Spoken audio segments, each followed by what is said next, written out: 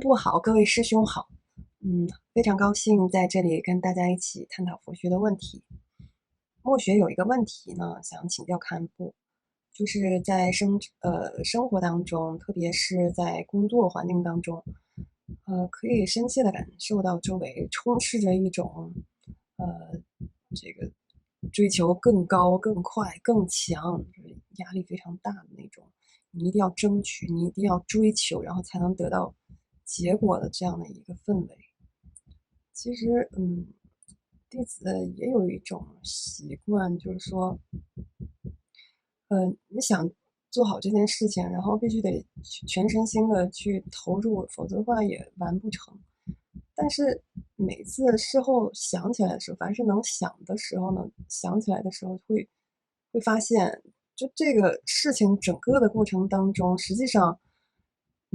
不说贪嗔痴慢疑是爆棚的状态吧，但是也真的都在发生。然后，呃，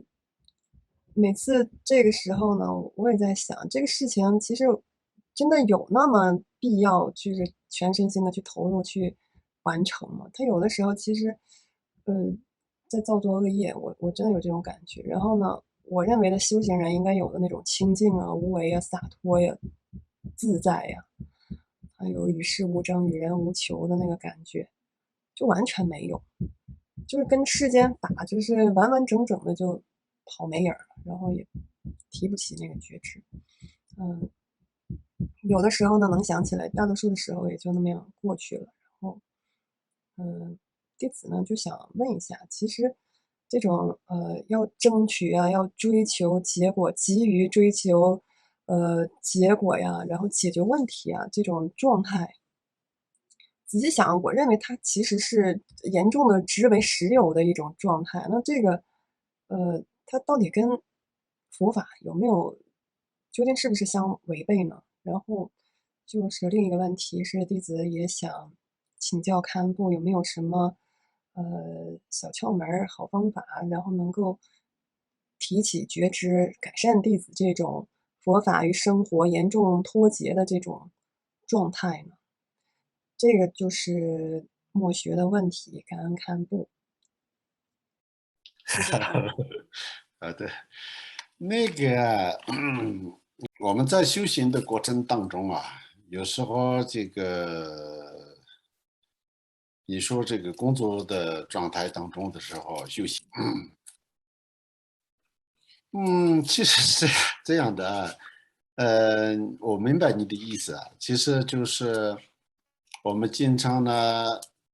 讲到修行，觉得非常非常那种严格，比较殊胜，非常那种一个亲近的一个境界。但是我们回到是这个生活的时候，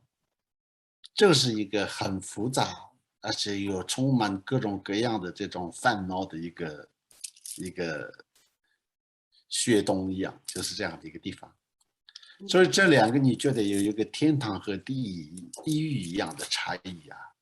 所以你觉得是不是个人的人格分裂？其实我觉得呢，你现在对这个佛法的见和修，是不是有一定程度上就是这个理解是不是有一点混合在一起的，明白吗？也就是说，我们从思维层面的这个佛法的简笔和从行动当中的佛法的修行，没有办法完全一致的，这是事实，这是现实，明白吗？而且因为不能这样在一起，所以有一个叫做质量道、加行道、间道、修道、无学道，很长的一个漫长时间的修学的过程。为什么呢？你从零到慢慢，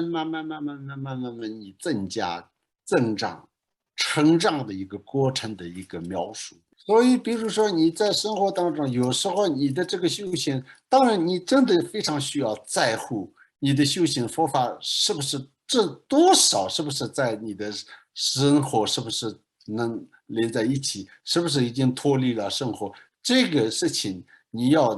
就是拿来想或关注和担心是一件非常好的事情，但是不能完全的就是要求，明白吗？过度，其实有时候我们是明明是一个初学者，然后就是有过度的自己要求的时候，反而觉得比较累，对，感觉不到鼓励，然后就可能会就是结果其实是比较更不理想的。你要看其他完全没有遇见佛法的人，心中完全没有佛法的人和你至少你24个小时里面，这种佛法的慈悲智慧能帮到多少你的生活，而且对你的生活有一定，所以就是多少有这个，对，这个我觉得要有一个平衡。第一，你要有我们经常说政治正念呐，你在生活当中你可以追求，其实对一个初学者来讲，如果你没有绝对清楚的时候，比如说有些人觉得我现在绝对要去山上出家修行，那就是他是很清楚，其实是他非常明确的，他已经放下了什么，然后自己接受了什么样的一个新的生活，明白吗？